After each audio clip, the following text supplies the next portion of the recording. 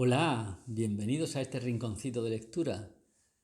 Hoy traigo uno de los relatos de Agatha Christie y que su protagonista es Hércules Poirot. Cuenta Agatha Christie que cuando Poirot decidió retirarse, se lo comentó a su amigo el jefe de policía y este irónicamente se reía de él diciendo que sus trabajos no eran como los de Hércules y que lo hacía por simple afición y que no sería capaz de dejarlo así como así.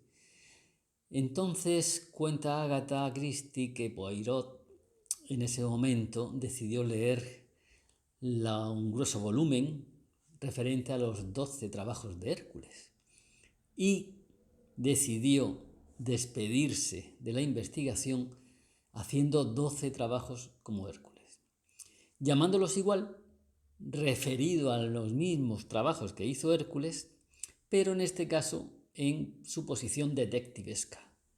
Y Hércules Poirot realizó esos 12 trabajos. Y el primero es El león de Nemea. Comenzamos la lectura. ¿Alguna cosa interesante, señorita Lemon?, preguntó Poirot cuando entró en su despacho a la mañana siguiente. Tenía plena confianza en la señorita Lemon. Era una mujer sin imaginación, pero con un instinto certero. Cualquier cosa que ella calificaba como digna de consideración lo era por regla general. Había nacido para ser secretaria. No hay mucho, Monsieur Poirot. Solo una carta que me figuro que le interesará. La puse encima de las demás. ¿De qué se trata? Es de un señor que le ruega que investigue la desaparición de un perrito pequinés propiedad de su esposa. Poirot se detuvo con un pie en el aire. Lanzó una mirada de profundo reproche a la señorita Lemon, pero ella no se dio cuenta. Había empezado a teclear en la máquina de escribir y lo hacía con la rapidez y precisión de una ametralladora. Poirot estaba sorprendido y amargado. La señorita Lemon, la eficiente secretaria, le había decepcionado. Un perrito pequinés. Después del sueño que tuvo la noche anterior en el que se vio saliendo del palacio de Buckingham, donde fue llamado para recibir personalmente el agradecimiento real, fue una lástima que su criado entrara en aquel momento en el dormitorio para servirle el chocolate matutino. Estuvo a punto de proferir unas expresiones satíricas y mordaces. No las profirió porque la señorita Lemon no las hubiera oído de todas formas, dada la rapidez y eficacia con que estaba escribiendo a máquina. Poirot lanzó un gruñido de disgusto y cogió la carta colocada sobre el montoncito que su secretaria había formado en uno de los lados de la mesa. Sí, era exactamente como había dicho la señorita Lemon. Unas señas de cada capital y una petición concisa y ruda en términos comerciales. Su objeto, el secuestro de un perrito pequinés. Uno de esos caprichos de ojos saltones que las damas ricas acostumbran a mimar en exceso. Los labios de Hércules Poirot se fruncieron al leer aquello. No era ninguna cosa desacostumbrada, nada fuera de lugar, o sí. Sí, en un pequeño detalle. La señorita Lemon tenía razón. Había algo que no era corriente. Poirot tomó asiento y leyó la carta con detenimiento. No era la clase de asunto que quería ni que se había prometido él mismo. No era un caso importante bajo ningún aspecto. No revestía significación alguna. No era, y aquí radicaba el punto crucial de su objeción, un apropiado trabajo de Hércules. Pero por desgracia sentía curiosidad. Levantó la voz hasta el punto en que la señorita Lemon pudiera oírle por encima del ruido que producía con la máquina de escribir. Telefoné a Sir Joseph Honging y pregúntele a qué hora me recibirá en su despacho. Como de costumbre, la señorita Lemon tenía razón. Yo soy un hombre sencillo, señor Poirot, le dijo Joseph Honging. El detective hizo un gesto comprensivo con la mano derecha. Con ella quería expresar, si así se prefiere, su admiración por la valía de la carrera que había hecho Sir Joseph, al tiempo que apreciaba la modestia del caballero al describirse de tal forma. También podía haber significado una elegante desestimación de dicho calificativo, pero en cualquier caso no permitía entrever el pensamiento que dominaba entonces la mente de Hércules Poirot. Sir Joseph, sin duda alguna, era, utilizando el término en su sentido más familiar, un hombre de lo más sencillo. Los ojos del detective se fijaron en los abultados carrillos, en los diminutos ojos porcinos, en la nariz grande y bulbosa y en la boca de labios finos y apretados que poseía su interlocutor. Sir Joseph continuó. No me gustan las florituras ni quiero andarme por las ramas. Mucha gente, señor Poirot, ni se hubiera preocupado por este asunto. Lo hubieran anotado como un crédito incobrable y se hubieran olvidado de él. Pero Joseph Hoggin no es de esos. Soy un hombre rico y, por decirlo así, 200 libras ni me van ni me vienen. Poirot se apresuró a comentar. Le felicito. ¿Eh? Sir Joseph calló durante un momento. Sus ojuelos se estrecharon aún más. Pero ello no quiere decir que tenga la costumbre de ir tirando el dinero por ahí. Lo que quiero, lo pago, pero al precio que rija el mercado. No más. ¿Se da usted cuenta que mis honorarios serán elevados?, le preguntó Poirot. Sí. Por ello no tiene la menor importancia. Hércules Poirot se encogió de hombros. Yo no regateo, anunció. Soy un experto en estas cosas y como tal tendrá que pagar por mis servicios. Ya sé que es usted una celebridad dentro de su profesión. Hice unas cuantas averiguaciones y comprobé que es usted el mejor hombre del que puedo disponer. Quiero llegar al fondo de esta cuestión y no me importa lo que valga. Por eso he acudido a usted. Ha tenido mucha suerte, le dijo Poirot. ¿Eh? Volvió a preguntarse Joseph. Muchísima suerte. Puedo decir sin pecar de inmodestia que me hallo en la cúspide de mi carrera. Quiero retirarme dentro de poco, para vivir en el campo, viajar y ver mundo. Y también tal vez para cultivar mi jardín y dedicar preferente atención a mejorar la calidad de los calabacines. Son unas hortalizas magníficas, pero carecen de sabor. Mas esta no es la cuestión. Deseaba tan solo explicarle que antes de retirarme he de llevar a cabo cierta tarea que me he impuesto a mí mismo. He decidido aceptar 12 casos, ni más ni menos. Una especie de trabajos de Hércules, si me permite que se lo diga así. Su caso, Sir Joseph, es el primero de los 12 y me atrae por su sorprendente falta de importancia. ¿Importancia? No, dije por su falta de importancia. Mis servicios han sido requeridos para investigar asesinatos, muertes inexplicables, atracos, robos de joyas.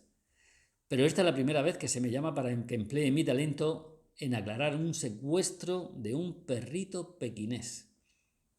El financiero lanzó un gruñido. Me sorprende usted. Hubiera jurado que a causa de su profesión le había importunado muchas mujeres con cosas de sus perros favoritos. En eso tiene razón. Pero es esta la primera ocasión en que me llama el marido de una de esas mujeres para que me ocupe yo del caso. Los ojillos de Sir Joseph lo miraron con expresión calculadora. Empiezo a comprender las alabanzas que de usted me hicieron. Es usted un hombre muy sagaz, señor Poirot. El detective murmuró. Cuénteme lo que ocurrió. ¿Cuándo desapareció el perro? Hace exactamente una semana. Supongo que su esposa estará muy disgustada. Sir Joseph lo miró con sorpresa. No lo ha entendido usted. El perro no fue devuelto. ¿Devuelto? ¿Entonces puede decirme qué es lo que pinto yo en esta cuestión? La cara de Sir Joseph enrojeció. Porque malditas las ganas que tengo de que me estafen. Voy a contarle todo lo que me ha sucedido, señor Poirot. El perro desapareció hace una semana en los jardines de Kensington, a donde fue a parar a dar su acostumbrado paseo con la señora de compañía de mi mujer. Al día siguiente, mi esposa recibe una petición de rescate de 200 libras. Nada menos que 200 libras. Y todo por una condenada bestezuela chillona que siempre está enredada en los pies de uno. Y como es natural, no le parecía a usted bien pagar tal cantidad, le observó Poirot. Desde luego que no. O mejor dicho, no me lo hubiera parecido de haber sabido lo que pasaba. Milly, mi mujer, estaba perfectamente enterada de ello. No me dijo nada y mandó el dinero en billetes de 1 libra, según lo convenido, a la dirección que le dijeron. ¿Y le devolvieron el perro? Sí. Aquella misma noche sonó el timbre a la puerta y al abrir encontramos el animalito sentado en el umbral. pero no se veía un alma en los alrededores. Muy bien, continúe. Entonces, y como es natural, Milly confesó lo que había hecho, y yo perdí un poco los estribos. No obstante, al poco rato me calmé, porque después de todo, la cosa ya estaba hecha, y no hay que esperar que una mujer se porte con sentido común. Hasta me hubiera olvidado del asunto de no haber encontrado a Samuelson en el club. ¿De veras? Maldita sea, este caso debe de ser un verdadero barullo. Exactamente lo mismo le había sucedido a él. Le habían sacado 300 libras a su mujer. En fin, esto ya es demasiado, y decidí hacer algo para evitar que continuaran los raptos. Entonces le escribí a usted.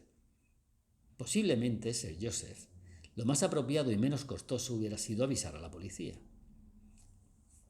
¿Está usted casado, señor Poirot? No, no he conocido esa felicidad, por desgracia. Si hubiera tenido la dicha de conocerla, sabría que las mujeres son unos seres muy curiosos. Mi mujer chilló históricamente cuando se mencionó a la policía. Se le metió en la cabeza que algo le pasaría a su precioso Sanctum si yo avisaba a la comisaría. No quiso oír ni hablar de ello. Y le puedo asegurar que no le gustó mucho la idea de que le llamáramos a usted. Pero me empeñé en esto último y por fin accedió, aunque a regañadientes. Ya me doy cuenta de que la situación es muy delicada, le contestó Poirot. Tal vez sería conveniente que me entrevistara con su señora esposa para conseguir de ella algunos detalles más y al mismo tiempo tranquilizarla acerca de la futura seguridad de su perro.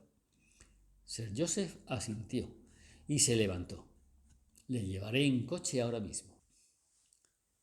En un salón de grandes proporciones, profusa decoración y atmósfera caldeada se hallaban sentadas dos mujeres. Cuando entraron, Sir Joseph y Hércules Poirot, un perrito pequinés corrió hacia ellos ladrando con furia y dando peligrosas vueltas alrededor de los tobillos del detective.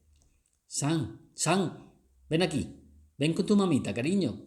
Cójalo, señorita Carnaby. La otra mujer se apresuró a obedecer y Poirot observó. Un verdadero león. Con la respiración anhelante, la señorita Carnaby cogió en brazos a Shantung. Sí, desde luego. Es un excelente perro guardián. No teme a nada ni a nadie, pero es un buen chico. Después de haber hecho las necesarias presentaciones, Sir Joseph anunció. Bueno, señor Poirot, le dejo solo para que prosiga el asunto. Y haciendo una ligera inclinación de cabeza salió de la habitación. Lady Hogan era una mujer corpulenta, de aspecto petulante y cabellos teñidos de color rojizo. Su acompañante, la aturdida señora Carnaby, era rolliza, de apariencia agradable, y su edad podría cifrarse entre los 40 o los 50 años. Trataba a Lady Hogan con gran deferencia y se veía que le tenía un miedo atroz. Y ahora, Lady Hogan, dijo Poirot, cuénteme todas las circunstancias de este abominable crimen. La mujer se sonrojó. No sabe cuánto me alegro de oírle decir eso, señor Poirot, porque fue un crimen. Los pequineses son terriblemente sensitivos, tan sensitivos como los niños. El pobrecito Sanctum pudo morir de miedo o de cualquier otra cosa peor.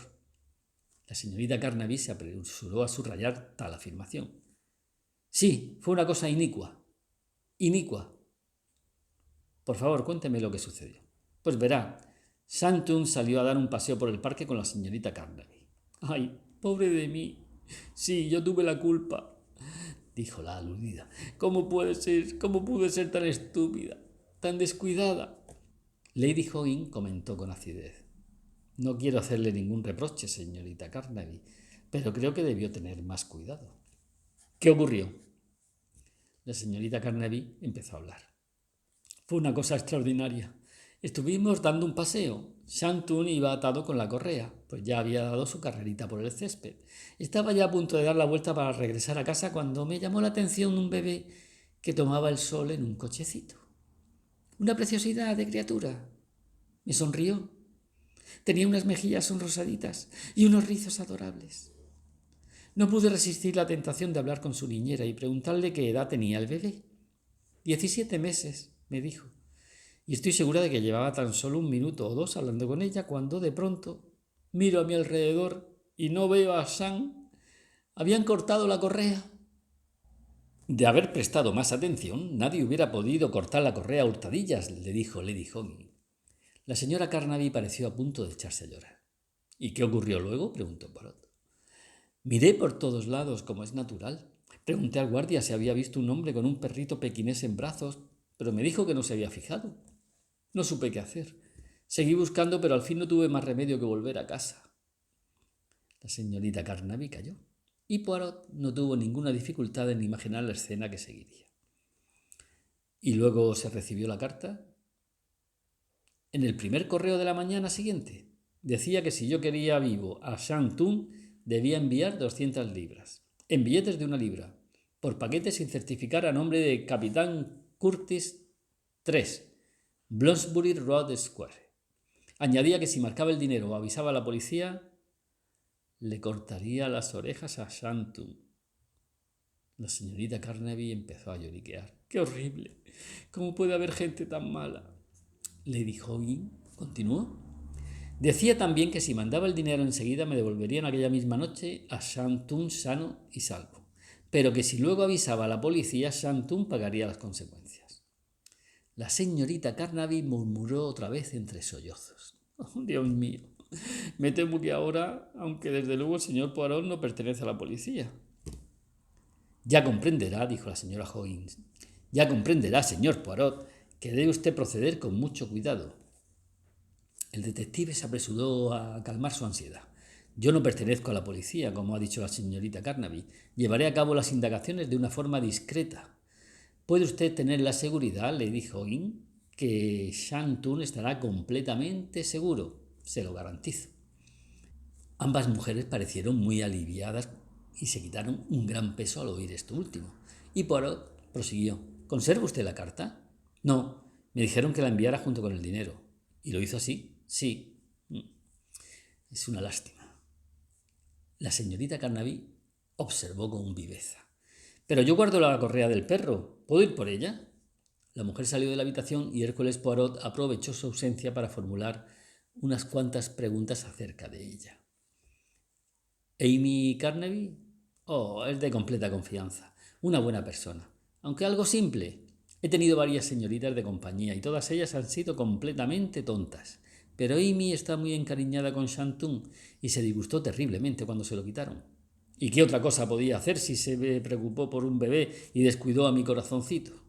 No, estoy completamente segura de que ella no tiene nada que ver con esto. Así parece, convino Poirot.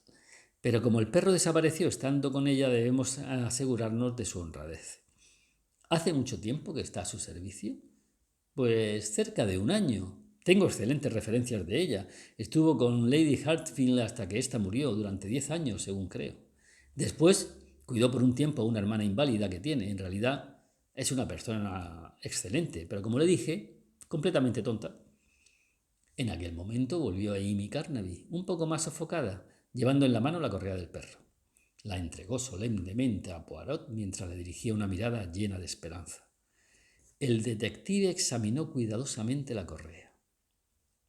«Oui, no hay duda de que la han cortado. Me la guardaré». Y se la guardó en un bolsillo con gran ceremonia. Ambas mujeres dieron un suspiro de alivio. El detective había hecho lo que se esperaba de él. Hércules Poirot tenía la costumbre de no dejar nada sin comprobar. Aunque por lo visto no parecía posible que la señorita Carnaby fuera otra cosa más que la mujer atontada y algo estúpida que aparentaba ser, Poirot se las arregló para entrevistarse con una encopetada señora, sobrina de la difunta Lady Hatfield. «¿Amy Carnaby, dice usted?» «Desde luego la recuerdo perfectamente. Era una buena persona y hacía muy buenas migas con tía Julia. Muy aficionada a los perros y una excelente lectora. Tenía también mucho tacto y nunca contrariaba a un enfermo. ¿Qué le ha ocurrido? Espero que no se encontrará en ningún apuro. Hace cosa de 1 año facilité informes de ellas a una señora cuyo nombre empezaba por H». Poirot explicó apresuradamente que la señorita Carnaby seguía todavía en su empleo. Solo se trataba, dijo, de un pequeño incidente ocasionado con un perro que se extravió. A la señorita Carnaby le gustan mucho los perros. Mi tía tenía un pequinés. Se lo dejó a ella cuando murió y Amy estaba loca por él. Creo que se llevó un disgusto terrible cuando el perrito se le murió. Sí, es una buena persona, aunque no es precisamente una intelectual. Hércules Poirot convino en que la señorita Carnaby tal vez no pudiera ser descrita de tal forma. Su siguiente misión fue buscar al guarda del parque que habló con la señorita Carnaby la tarde de autos. No le costó mucho lograrlo. El hombre recordaba el incidente. Una mujer de mediana edad, algo corpulenta, parecía estar fuera de sí. Había perdido su perrito pequinés. La conozco de vista, pues trae al perrito casi todas las tardes. La vi cuando llegó y lo llevaba consigo. Estaba muy apurada cuando se le perdió. Vino corriendo a buscarme y me preguntó si había visto a alguien llevando un perrito pequinés. ¿Qué le parece? El parque está lleno de perros, de todas clases, terrier, pequineses, alemanes, de todos los gustos, perros salchicha, hasta había bourgeois. Hércules Poirot hizo un pensativo gesto afirmativo con la cabeza y luego se dirigió al 3 Bloomsbury Road Square. Los números 38, 39 y 40 correspondían conjuntamente al Balaclava Private Hotel. Poirot subió los peldaños y abrió la puerta. En el interior fue recibido por un ambiente lóbrego y un olor a coles cocidas, con cierta reminiscencia de arenques ahumados. A la izquierda se veía una mesa de caoba sobre la que descansaba una melancólica maceta de crisantemos. Abrió la puerta que había a su derecha y que correspondía a una especie de sala de estar, con mesillas y ciertos mal llamados sillones recubiertos de cretona de dibujo deprimente. 3 señoras ancianas y un viejo caballero de fiero aspecto levantaron la mirada y contemplaron al intruso con expresión de grave reproche. Hércules Poirot enrojeció y volvió a cerrar la puerta. Recorrió un pasillo hasta llegar al pie de la escalera. A su derecho, otro pasillo. Y a mitad de ese pasillo había una puerta sobre la que rezaba un letrero. Oficina. Poirot llamó con los nudillos y, como no recibiera respuesta, abrió y dio una ojeada al interior. Había una gran mesa cubierta de papeles, pero en la habitación no había nadie. Salió, cerró la puerta de nuevo y entró en el comedor. Una muchacha de aspecto melancólico, vestida con un delantal sucio, iba de aquí para allá llevando un cestito con cuchillos y tenedores. Y el detective le preguntó con cierta timidez: «Perdone, ¿podría ver a la patrona?» «No lo sé. No hay nadie en la oficina». «Pues no le puedo decir dónde estará. Tal vez pudiera usted encontrarla». La muchacha lanzó un suspiro. Ya era bastante fatigosa su rutina diaria para que ahora vinieran a colocarle esta nueva carga sobre sus deberes. «Bueno, veré lo que puedo hacer». Poirot le dio las gracias y salió de nuevo al vestíbulo, sin atreverse a exponer su persona a las malévolas miradas de los que ocupaban la sala de estar. Contemplaba el casillero recubierto de bayeta cuando el crujido de unas faldas y un fuerte olor a violetas de Devonshire le anunciaron la llegada de la patrona. La señora Hart era la amabilidad en persona. «No sabe cuánto siento que no me haya encontrado en la oficina», exclamó. «¿Desea alquilar alguna habitación?» No, no era precisamente eso lo que quería. Deseaba saber si residió aquí últimamente un amigo mío, un tal capitán Curtis. Capitán Curtis. ¿Dónde he oído yo ese nombre? Poirot no le ayudó a recordar. La mujer sacudió la cabeza. «Entonces, ¿debo entender que aquí no se ha hospedado ningún capitán Curtis?», le preguntó Poirot. «Últimamente no, seguro. Y sin embargo el nombre me resulta familiar. ¿Puede describirme a su amigo?» «Eso resultaría un poco difícil», se excusó Poirot. «Supongo que algunas veces recibirá cartas para gente que no vive aquí, ¿verdad?» «Sí, suele ocurrir, desde luego». «¿Y qué hacen con esas cartas?» «Pues las guardamos durante cierto tiempo. Como comprenderá, puede suceder que la persona en cuestión llegue al poco tiempo de recibirse la carta. Pero si pasado mucho tiempo nadie reclama las cartas o los paquetes postales, los devolvemos a la estafeta de correos». Poirot hizo un lento gesto afirmativo con la cabeza. «Comprendo. Lo cierto es que escribí una carta a mi amigo y le dirigí a este hotel». La cara de la señora Hart se iluminó. «Ya está todo explicado. Debí ver ese nombre en un sobre. Pero como en realidad se hospedan aquí tantos militares retirados o se quedan por unos pocos días, déjeme ver». Registró el caballero. «No está ahí. Supongo que se la habrán devuelto al cartero. Lo siento mucho. Espero que no sea nada importante». No tiene ninguna importancia». El salón de la señora Samuelson era más grande, mucho más profusamente adornado y disfrutaba de una cantidad más sofocante de calefacción central que el de Lady Hoggins. Poirot avanzó un poco aturdido entre doradas consolas y grandes grupos escultóricos. La señora Samuelson era más alta que Lady Hoggins y se teñía el cabello con peróxido. El pequinés se llamaba Nanki Poo. Sus ojos saltones miraron a Poirot con gran arrogancia. La señora Kebler, acompañante de la señora Samuelson, era delgada y malicienta, al contrario que la rolliza señorita Carnaby, pero hablaba tan volublemente como ésta. También había sido inculpada de la desaparición del perro. Créame, señor Poirot, fue la cosa más asombrosa del mundo. Todo ocurrió en un segundo al salir de Harrods. Una nurse me preguntó qué hora era. ¿Una nurse? ¿Una enfermera? No, una niñera. Llevaba un bebé precioso, un chiquitín con unas mejillas sonrosadas. Dicen que los niños de Londres no tienen aspecto saludable, pero estoy segura de que... Helen, le atajó la señora Samuelson. La señorita Kebler se sonrojó, tartamudeó unas palabras y calló. Su señora comentó agriamente: y mientras la señora Kebler se inclinaba sobre el cochecito de un niño que nada tenía que ver con ella, aquel atrevido pícaro cortó la correa de Nanki Poo y se lo llevó. La señorita Kebler murmuró llorosa: todo ocurrió en un segundo. Miré a mi alrededor y no vi a Nanki. Tan solo tenía en mi mano la correa cortada. Tal vez le gustaría verla, señor Poirot. De ninguna manera, se apresuró a contestar el detective, pues no quería hacer colección de correas cortadas. Parece que poco después recibió usted una carta. La historia era exactamente la misma. La carta y las amenazas de violencia respecto a las orejas y el rabo de Nanki Poo. Solo dos cosas eran diferentes: la suma de dinero, que en este caso ascendía a 300 libras, y la dirección a que debía remitirse. Esta vez era el comandante Blackley en Harrington Hotel 76, en Kensington. La señora Samuelson prosiguió: cuando me devolvieron sano y salvo a Nanki Poo, yo misma fui a esa dirección. Después de todo se trataba de 300 libras, naturalmente. La primera cosa que vi fue el sobre en la que había enviado el dinero, metido en una especie de casillero que había en el vestíbulo. Mientras esperaba que acudiera la propietaria, me guardé el sobre en el bolsillo. Pero por desgracia, terminó Poirot, cuando lo abrió vio que solo contenía unos recortes de papel. ¿Cómo lo sabe? Poirot se encogió de hombros. Como es natural, madame, el ladrón se cuidó de recoger el dinero antes de devolver el perro. Reemplazó los billetes por trozos de papel y repuso el sobre en el casillero para que no advirtiera su falta.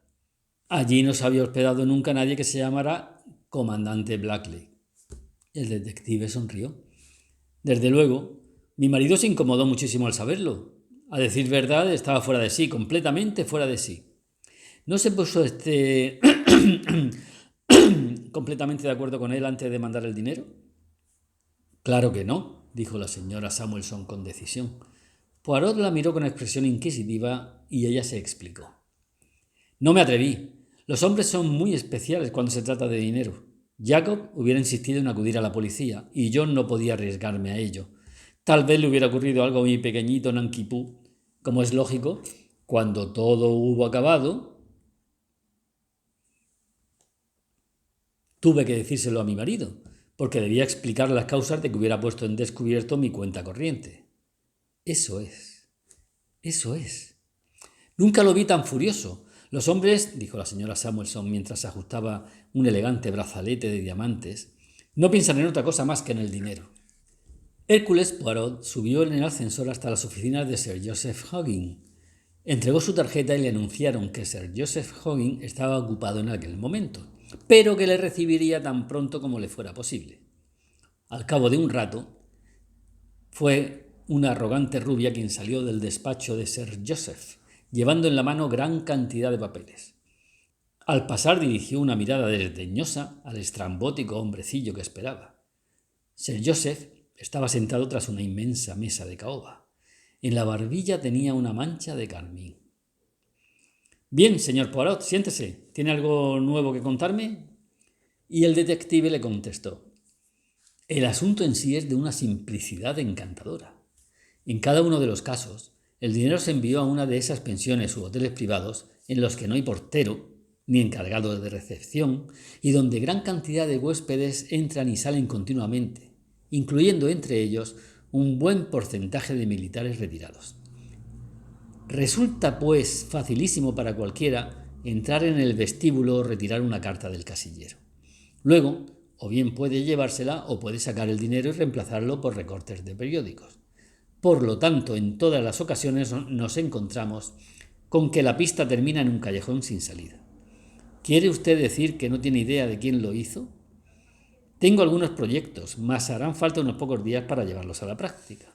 Buen trabajo. Entonces, cuando tenga que informarme de alguna cosa, iré yo a su casa. Si llega usted al fondo de este asunto, habrá llevado a cabo un excelente trabajo. No tiene por qué preocuparse. No fallaré. Hércules Poirot nunca falla. Sir Joseph Hoggin miró fijamente al hombrecillo. Tiene usted mucha confianza en sí mismo, ¿verdad? Enteramente y con razón.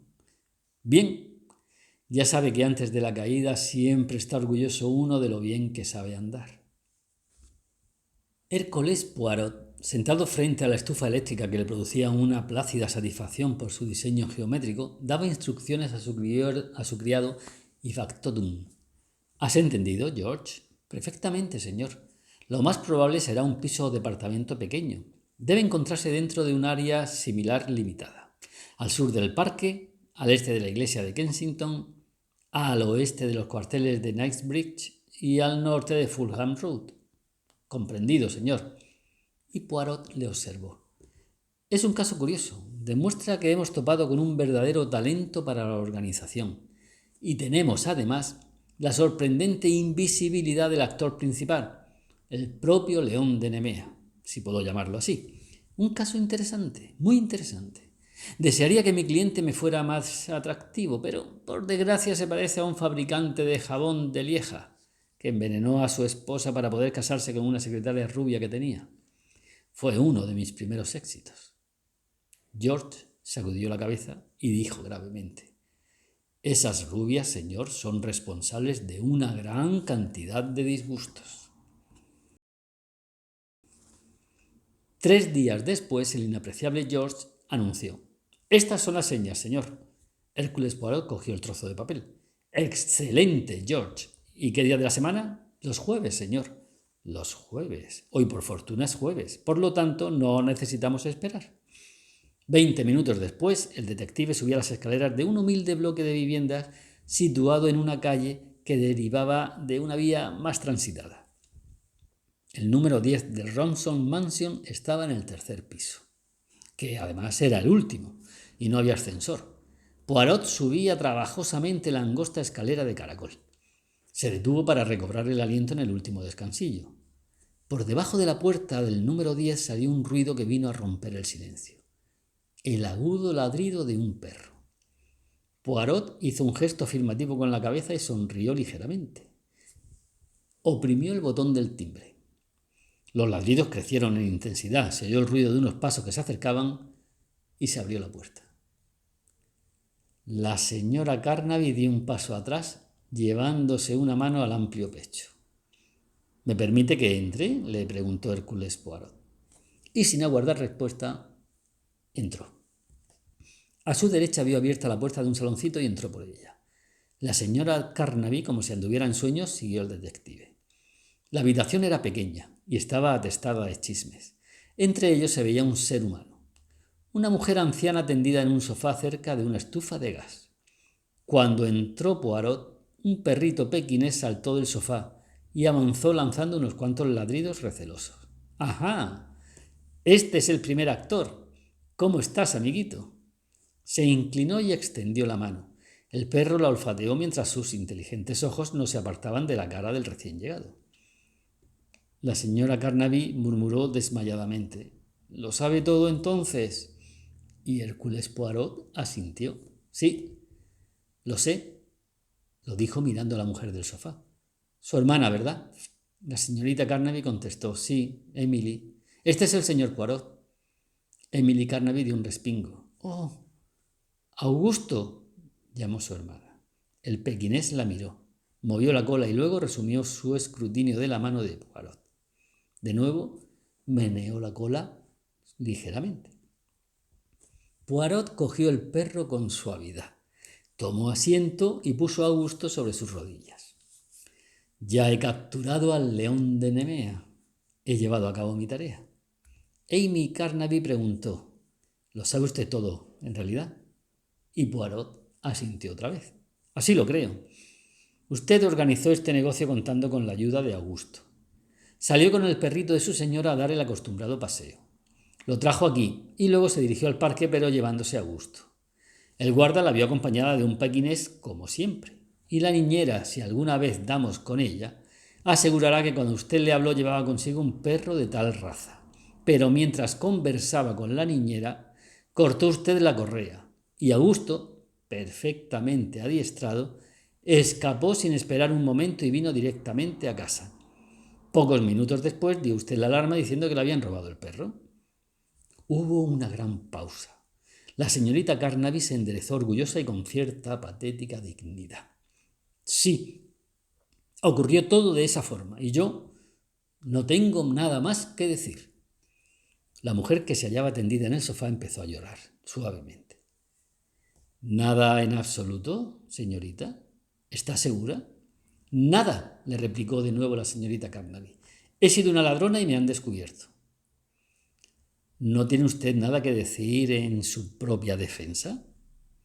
Una mancha encarnada se extendió de pronto por las pálidas mejillas de la señorita Carnaby. No, no me pesa lo que hice. Estoy segura de que es usted un hombre bondadoso, señor Poirot, y que tal vez me comprenderá. Sepa usted que he tenido una gran preocupación. ¿Una preocupación? Sí, supongo que será difícil de entender para un caballero. No soy una mujer inteligente ni poseo preparación adecuada para desempeñar otro oficio del que tengo actualmente. Además, me estoy haciendo vieja y el porvenir me aterra. No he sido capaz de ahorrar nada. ¿Y cómo podía hacerlo si tenía que cuidar de Emily? Y a medida que tenga más edad, seré más incompetente y no habrá nadie que necesite mi servicio. Quieren gente joven y activa. Conozco a muchas que se encuentran en mi situación. Cuando nadie te necesita, tienes que vivir en un cuarto miserable, sin fuego y con no mucho para comer, hasta que por fin ni siquiera puedes pagar el alquiler. Existen asilos, desde luego, pero no resulta fácil entrar en ellos si no se tienen amigos influyentes. Y yo no los tengo. Hay muchísimas mujeres como yo, pobres seres inútiles, sin nada más en perspectiva que un miedo mortal a la vejez. Su voz tembló. Así fue como algunas de nosotras nos unimos. Y lo planeé todo. En realidad fue Augusto quien me lo sugirió. Ya sabe usted que para mucha gente un pequinés es exactamente igual que otro, tal como creemos que son los chinos. Aunque desde luego es ridículo pensar una cosa así. Cualquiera que entienda algo de perros no confundirá a Augusto con Nanki Poo, ni con Shan Tung, ni con otro pequinés. Poirot hizo una pequeña reverencia y dijo: «De acuerdo. Como delincuente, señorita, es usted de las mejores». «¿Yo una delincuente? Dios mío, eso es lo que soy, aunque nunca tuve la impresión de serlo». ¿Qué sintió entonces? Tiene usted mucha razón. Infringía la ley. Pero compréndame, ¿cómo se lo explicaría? Casi todas esas mujeres que utilizan nuestros servicios son groseras y desagradables. Lady Hoggin, por ejemplo, nunca mide el alcance de las palabras que me dirige. El otro día dijo que el tónico que suele tomar tenía un gusto raro y prácticamente me acusó de haber estado manipulando con él. Y más cosas por el estilo. La señora Carnaby enrojeció. Todo ello es realmente desagradable y lo que más me enfurece es el no poder decir nada ni contestar como se merece. Supongo que me comprenderá. La comprendo a la perfección, le contestó Poirot. Y ver cómo malgastan el dinero. Es irritante. Sir Joseph nos relata a veces los corpus que dan en la City, cosas que en la mayor parte de las ocasiones me parecen francamente deshonestas, si bien he de reconocer que mi cabeza no comprende los misterios de las finanzas. Pues bien, señor Poirot, todo esto me trastornaba y creí que si le quitaba un poco de dinero a esa gente, la cual al fin y al cabo había tenido pocos escrúpulos en conseguirlo, no iba a perjudicarse por la pérdida. En resumen, creí que aquello no estaría mal. Un moderno Robin Hood. Dígame, señorita Carnaby, ¿hubiera usted llevado a cabo alguna vez las amenazas que intercalaba en sus cartas? ¿Qué amenazas? ¿Hubiera llegado a mutilar a los animales de la forma que detallaba? La señorita Carnaby le miró con horror. ¡Claro que no! Claro que no, nunca hubiera hecho una cosa así. Era tan solo un toque artístico.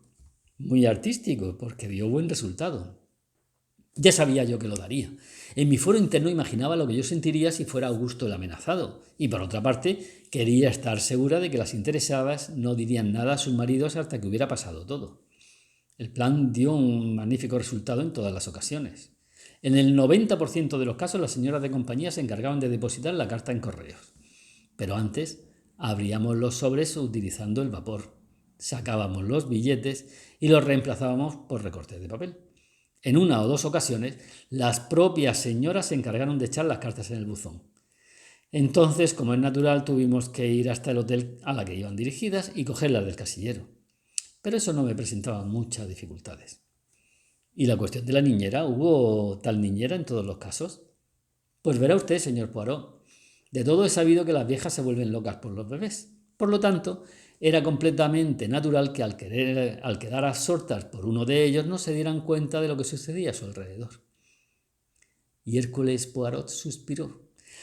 Su psicología es excelente, la organización irreprochable y además es usted una magnífica actriz. Su actuación del otro día cuando me entrevisté con Lady Hoggin no tuvo el menor fallo. No se menosprecie nunca a sí misma, señorita Carnaby.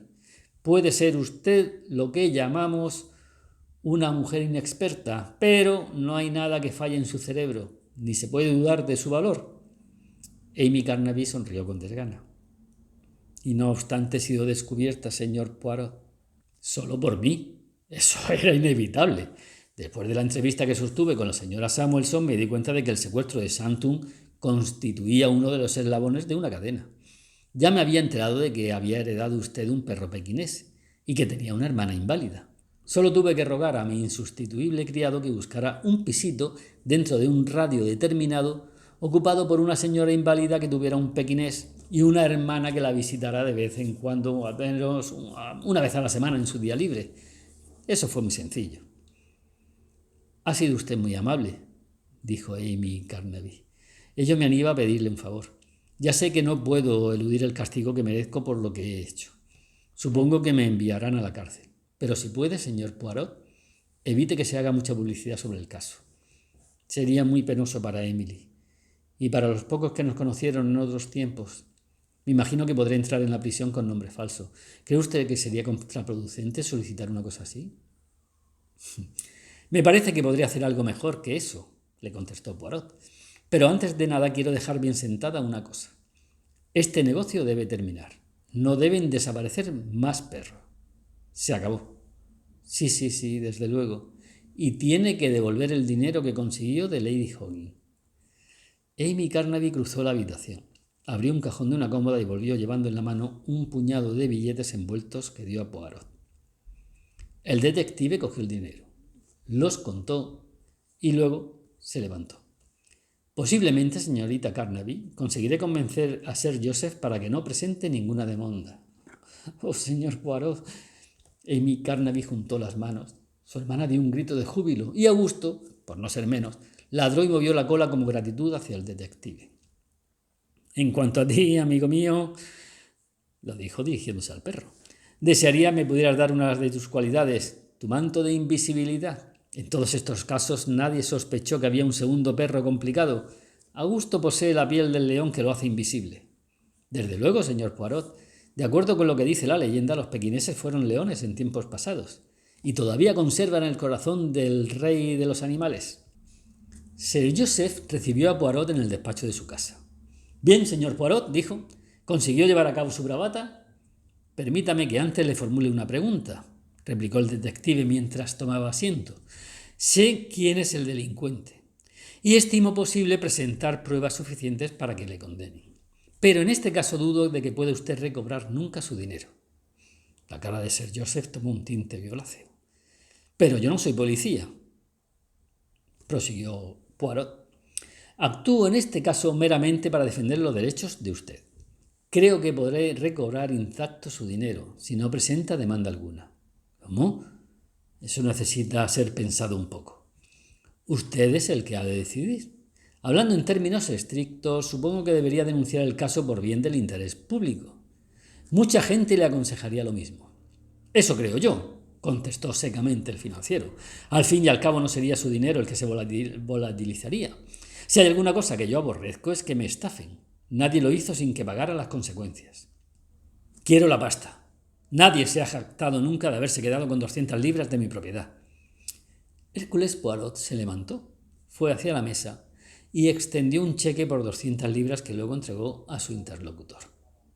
«Maldita sea, ¿quién es el culpable?» «Si acepta el dinero no debe hacer preguntas», le dijo Poirot. El financiero dobló el cheque y lo guardó en su bolsillo. «Es una lástima, pero aquí de lo que se trata es del dinero. ¿Y cuánto le debe usted, señor Poirot?» «Mis honorarios no van a ser muy elevados. Como ya le dije, este asunto carecía de toda importancia. Casi todos los casos que se me encargan ahora son asesinatos». «¿Y son interesantes?» «Algunas veces.